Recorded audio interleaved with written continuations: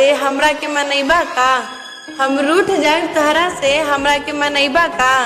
और सातों जन्म के तहार साथ चाहिए अपने मम्मी के पतैया बनैबा का।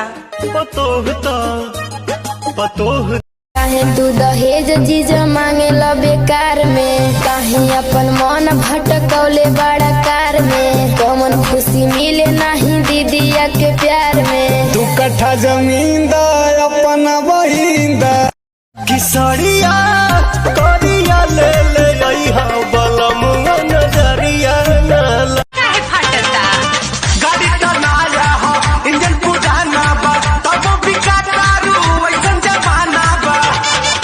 भले सौसे का भले सौसे ब्रेक तोहर बाटे फेल अभिले महके करुआ तेल लागे कैलू जवानी तू अपन सेल अभिले महके बड़ा न होश में मातल तू जोश में लागे न दे भैये ये राजा जी मुआइए देवा का तू काम जहुआइए देवा का।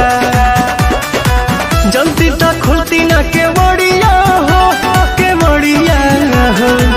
कदोनी देख के तू आइला का कोइला मीठा मीठा बाते कमरिया हो कदो एही ढोढ़ी के सभे दीवाना एकरा नीचे तोहरो धिया। हमर सियता में उहे देता फैट उहे देता फैट। हम मिलल दरजी भाता रसूती टंगरी पसार मिलल दरजी भाता